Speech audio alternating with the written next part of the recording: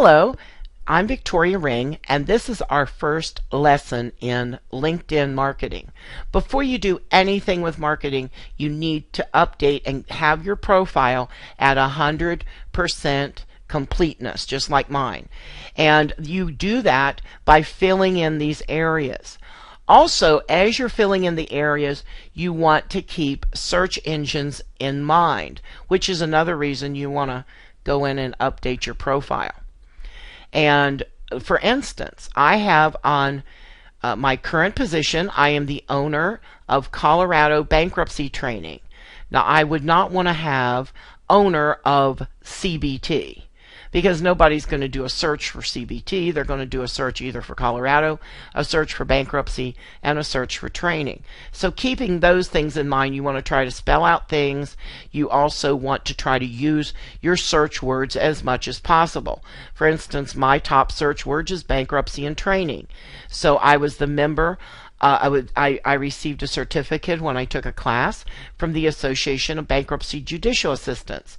I did not put in here ABJA.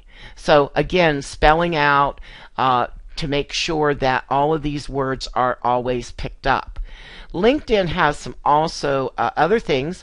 This is my activity showing, so once you join groups and you start posting information to groups, and that's going to be on a separate marketing video, then that information is going to appear here right in your profile.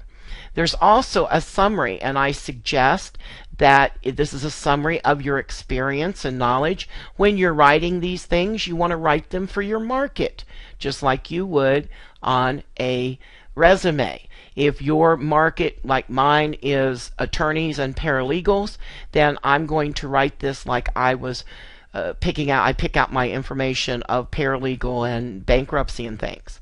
So you want to make the summary that way, and also you want to record it in Word, to type it originally in Word or WordPerfect, and spell check it, grammar check it. Remember, this is going to be seen by literally thousands and thousands of people. So you want to make sure that somebody doesn't come along here and say, what is that? She misspelled it. Well, she can't be that great at doing petitions. So, I'm just kind of giving you that as an example. But you want to always make your company look like looks the best it can at all times. Then if you have any applications, you can add those, and they've got a slew of different applications you can check out on your own. Then here's my WordPress blog, and every time I post to my blog, it shows up here in LinkedIn. How does it do that? Well, I went in and gave it the URL of my blog, and it automatically picks it up. I don't have to do anything. So that gives that blog an additional circulation, more or less. Then I have polls. I made a little poll. I've only had 2 responses, but it's still there because the words are in it, and it's helping with some of the traffic that I'm getting. Here I have set up a BoxNet file, and these are PDFs of, like, say, the client intake forms that I developed. Now, you may not have that to do, but you will have probably some information that you can place for free. The people can come to your LinkedIn and join and get that information. Then here's recommendations I've made and questions and answers. This is another part of LinkedIn where you can answer questions and get your expertise link there.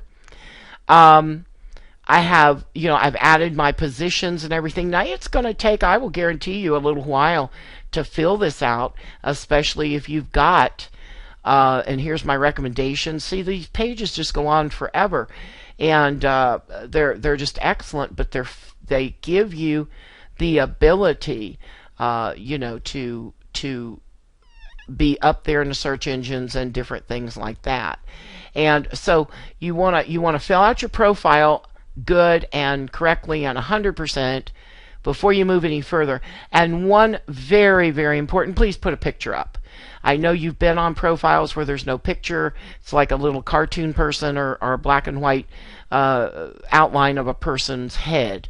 That is bad to have, because if you're marketing, it shows that you're new, and most new businesses are kind of, they wait for a while to find out if they're established and that kind of thing. So you never want to look like a new business.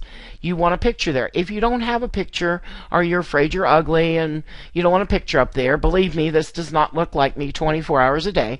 But then find a cartoon character, or put your company logo, or anything. Just have some picture there, because the picture is not there to let everybody see how cute you are. The picture is there to give the possible, your future client, the ability to say, hey, this is a real person, or this is a real company, or it adds validity.